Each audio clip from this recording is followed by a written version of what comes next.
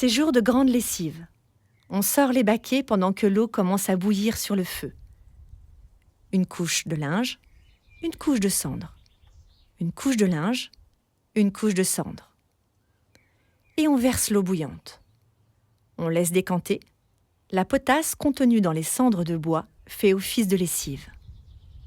On peut même utiliser des lessiveuses pour faire bouillir le linge directement sur le feu. Le lendemain, on entasse le tout sur une charrette ou une brouette légère et on file au lavoir. Là, on a souvent 2 bassins rectangulaires.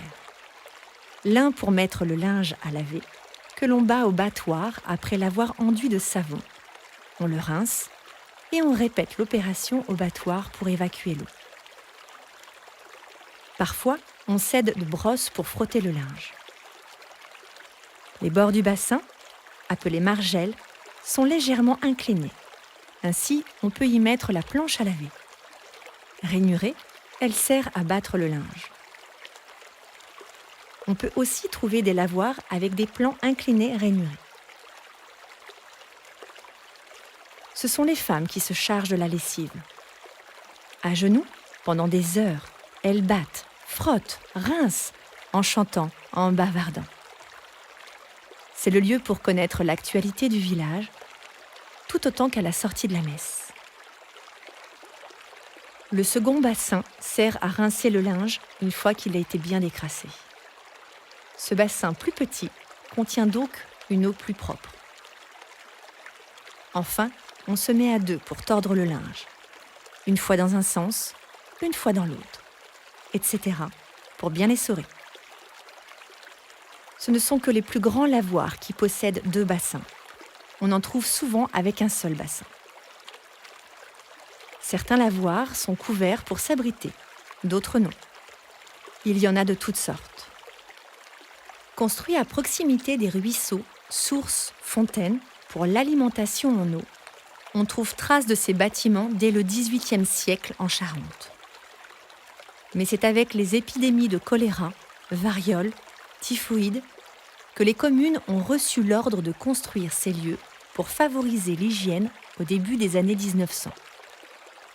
En certains lieux, ce ne sont que des pierres à laver, des agencements de pierres plates que l'on retrouve en bord de rivière faisant office de lavoir. D'abord, 2 fois dans l'année, au changement de saison, la grande lessive devint peu à peu hebdomadaire. Quand tout est terminé, on remporte le linge chez soi et place au séchage, sur des tréteaux, des cordelettes, des arbustes, ce que l'on a à disposition. Et même à plat sur l'herbe, on pensait que la proximité des plantes blanchissait le linge. On dénombre plus de 20 lavoirs à Champniers. Cherchez bien, parfois au milieu des herbes, certains indices, comme à Feuillade ou Argence, ou le Maine, sont visibles. Des pierres à laver. 2 pierres verticales servant de base sur lesquelles repose une pierre plate horizontale. Des margelles, des murets. Ruisseaux, sources et fontaines alimentent ces lavoirs. Suivez l'eau, vous pouvez les repérer.